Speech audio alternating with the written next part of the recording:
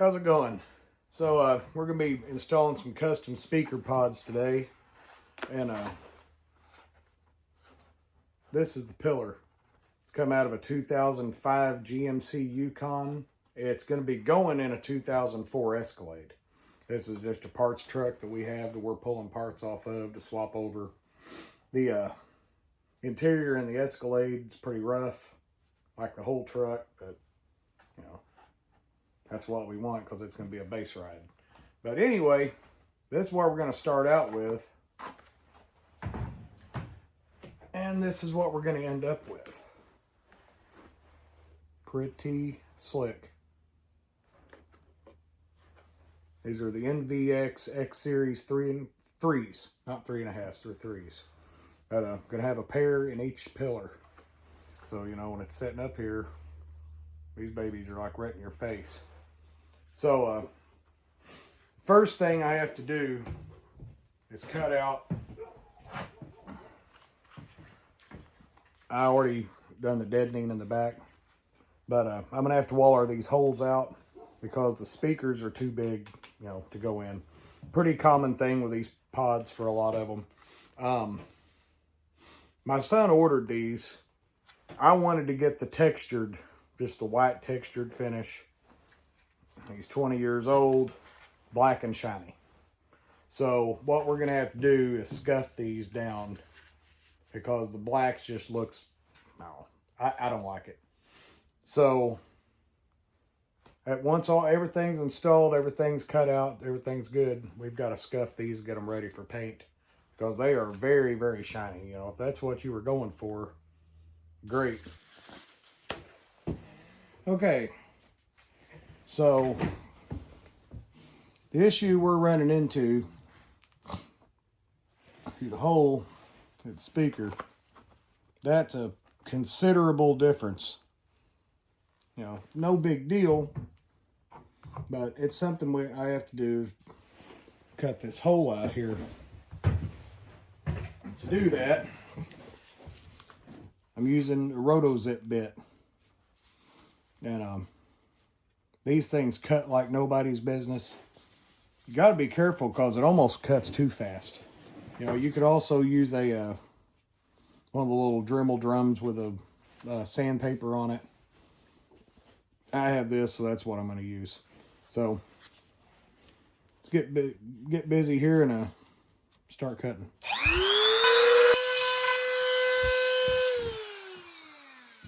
Cleans that right up. Now let's see if we fit. Woo, we do fit. That's all it takes. You know, yeah, it's a little jagged, it's a little bumpy. I'll clean that up with some Scotch-Brite. I did slip out. Hopefully I can fix that. But yep, she goes right in. Not the tightest fit. The other ones fit super tight. This one's a little bit looser, but nothing major. So yeah, that was all of about 5 minutes there.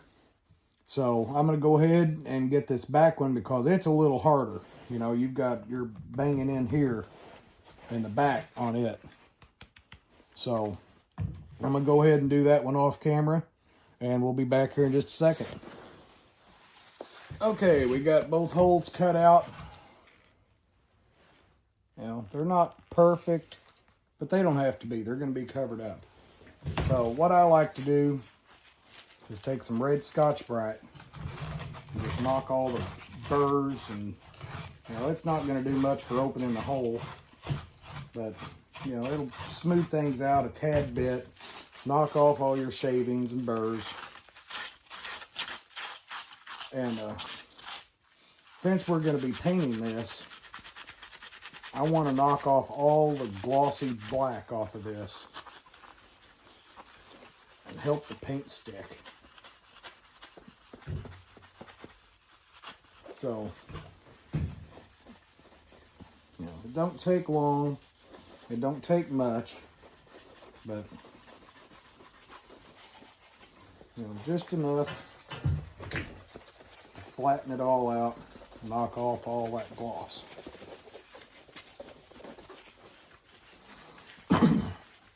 The paint that we're going to use Ironically, I was searching around trying to find a color that would somewhat match this GM interior.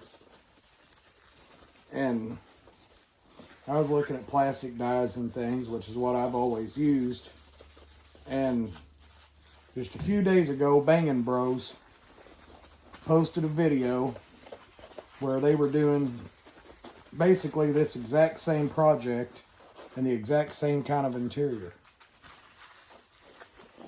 It was, I believe, a pickup truck and not an SUV, but it's all the same. And the color that they used was from Behr. It's called Smoky Taupe. And that paint ended up being half the price of a can of plastic dye and worked just as well. So hats off to those guys, because that saved me a lot of time and a little bit of money. And it looks great, and it's great paint. It sprays awesome. So that's what we used. It's not an exact match. You know, you can tell that on the door panel, which I'll show you here in a little while. Because I'm doing the doors on this too. We're actually putting Sundown Neo Pro 12s in the doors. Oh, that'll be something a little different. But that's what you're going for. You know, slipped out with that stupid Roto Zip. And I don't know if you can even see it. A little scratch. Trying to smooth that out as much as I can. I can't feel it. So I think we're okay. So I'm going to take the air gun, blow this all off, get it clean. I'm going to wipe it down with some isopropyl alcohol and microfiber towel. Get all that dust, get the fingerprints, get it really prepped and nice, and we'll start doing some painting.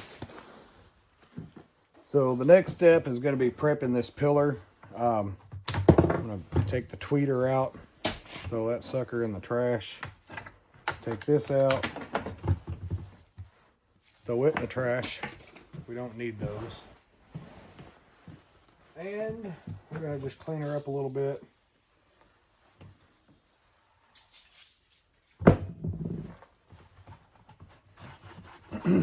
Kind of get all this dirt and grime out of here. I don't think this pillar had ever been taken off, because it was filthy. Everything in this truck was filthy. And I'm going to take a little caulking, because that's all I have, and shoot in this clip. Maybe try to keep it from wobbling around quite as much. I wish I had some good glue or something, but I don't. I don't even have super glue at the moment.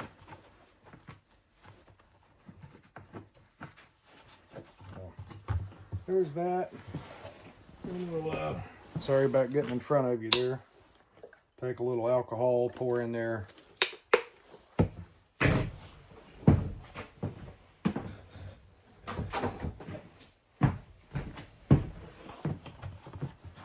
What the alcohol does, it just gets any of the oils and the residue from that cleaner I just used, things like that. Preps it for the sound deadening. Makes sound deadening stick a little better in theory. That's about it. That's all it takes. We'll let that baby dry. Grab my caulk gun.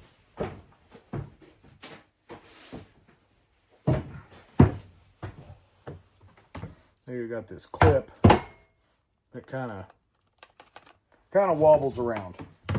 So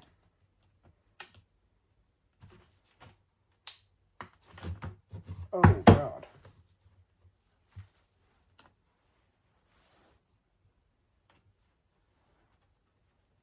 That's not what I wanted to happen, but we're doing this live, by God. We're going to show you all the mess I make.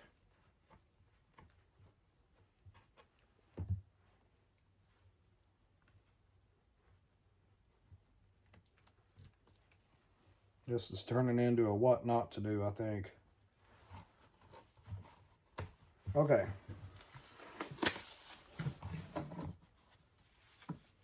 Not the best, but it is what it is.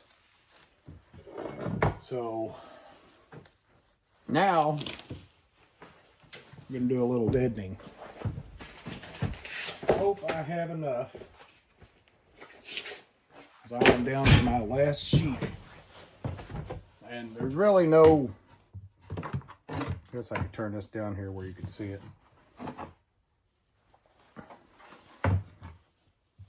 Yeah.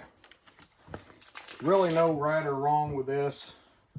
Just as long as it's in there, I guess. And, you know, you've got it rolled in good enough.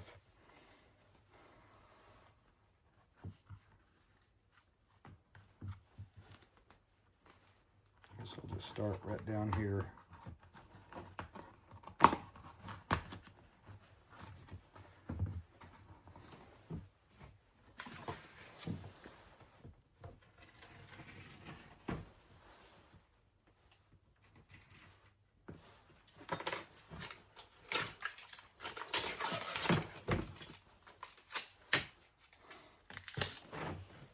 Should probably be wearing gloves for this.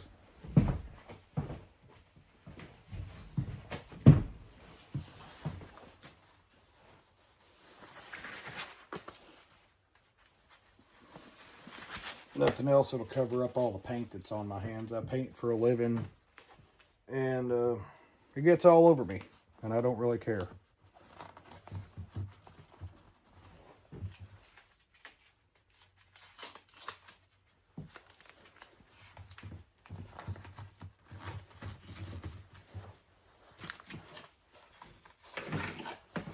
There'll be some little tricks to getting in these tight areas I'll show you here in a second.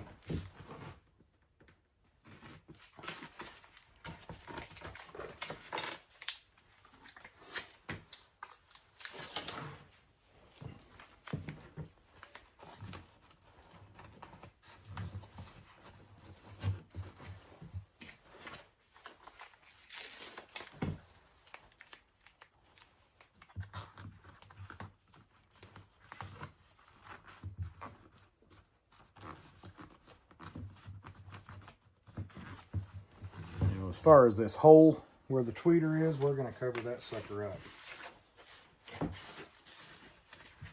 And,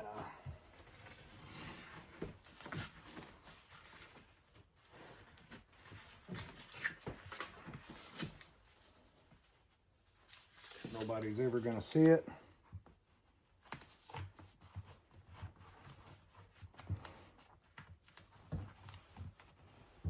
Do one more little stripe.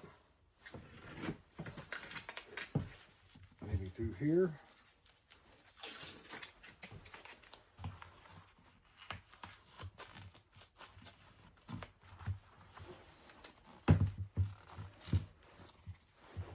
I'll be able to do a little something there.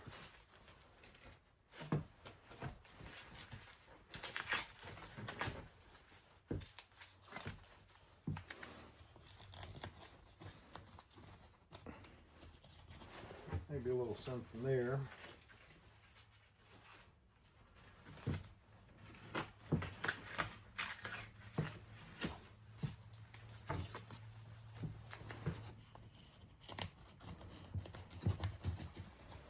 All right. So as soon as I can find my roller, there it is. Got the roller and that. You'll see why I'll need that red tool here in a second. We're just going to roll this on. I don't want to break the pillar. I don't want to put too much pressure on it. It's kind of been in some weird angles trying to do all this, especially on camera.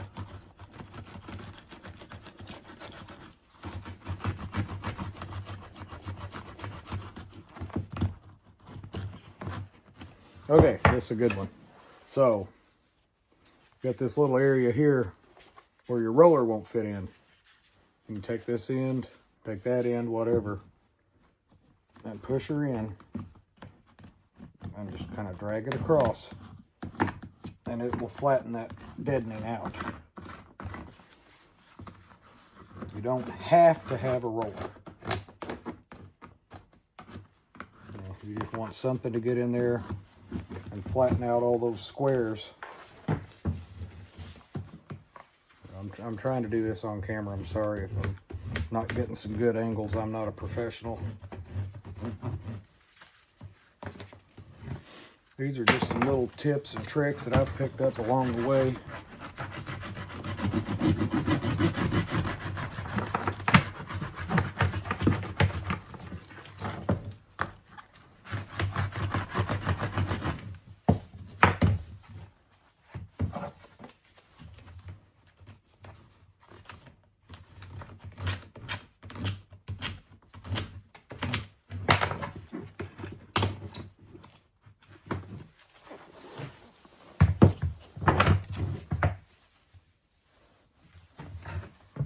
Trying to do this on camera is kind of tough.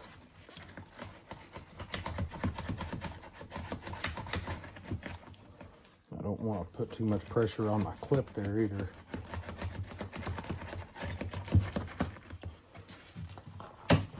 Okay, we're almost done.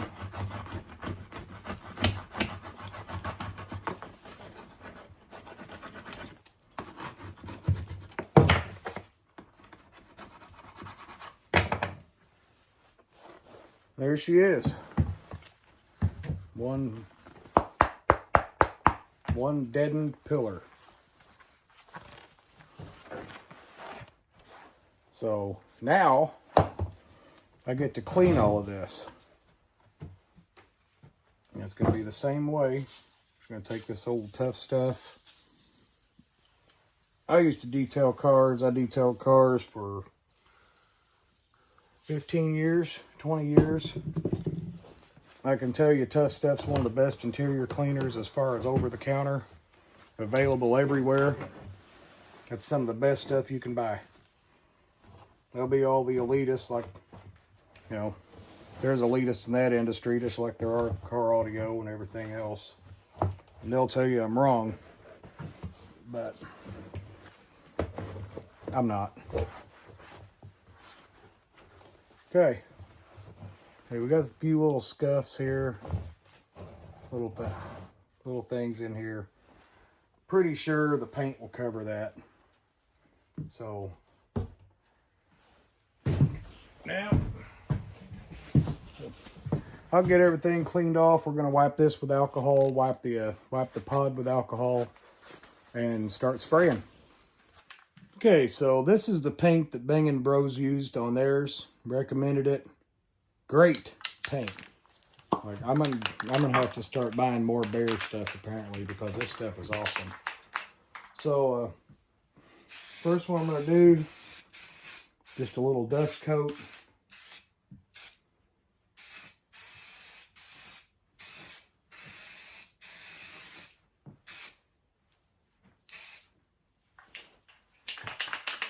Make sure there's no fish eyes, nothing that's gonna mess the paint up later on. Like I would rather catch it now and be able to fix it than once there's 3 or 4 coats of paint on it. So everything's kind of looking good.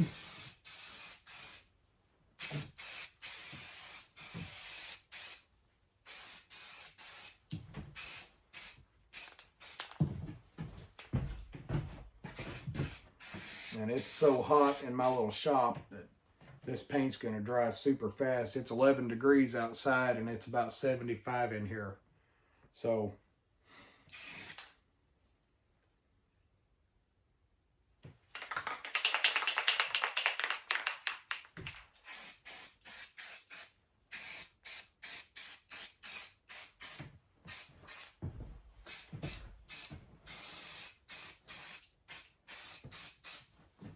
yeah, you can definitely see that scratch that I put in it.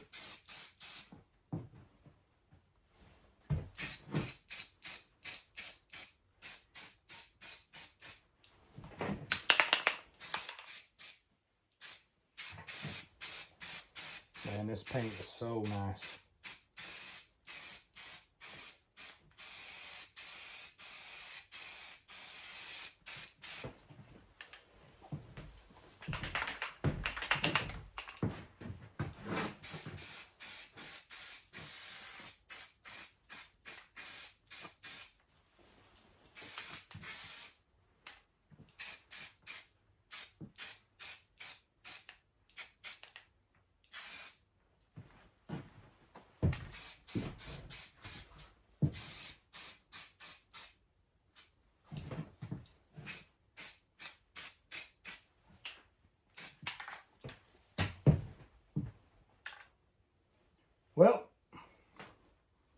It's looking really, really good. So I'm going to let that dry up for a while, come out, put one more coat on, and let her set in the heat all night. Come back out tomorrow, be able to assemble this thing. By the way, check out that 12 in that door. Is that not nuts? But all right, see you in the morning. Well, I almost made a mistake. I took this out to the parts truck, got the speakers configured where they needed to be, got the holes drilled, speakers mounted in it just like the other pillar. And then I realized I haven't wired these up. And I can't wire them up with the speakers in. So, you remember our tweeter hole back there? Well, that's going to be where the wires come through. So it turns out we kind of needed that hole anyway, but maybe just not as big as what it was. But I've got a gob of this NVX 14 gauge OFC. So that's what I'm going to use on it. And yeah, we'll start this all over again, get the speakers wired up, and maybe they'll be done.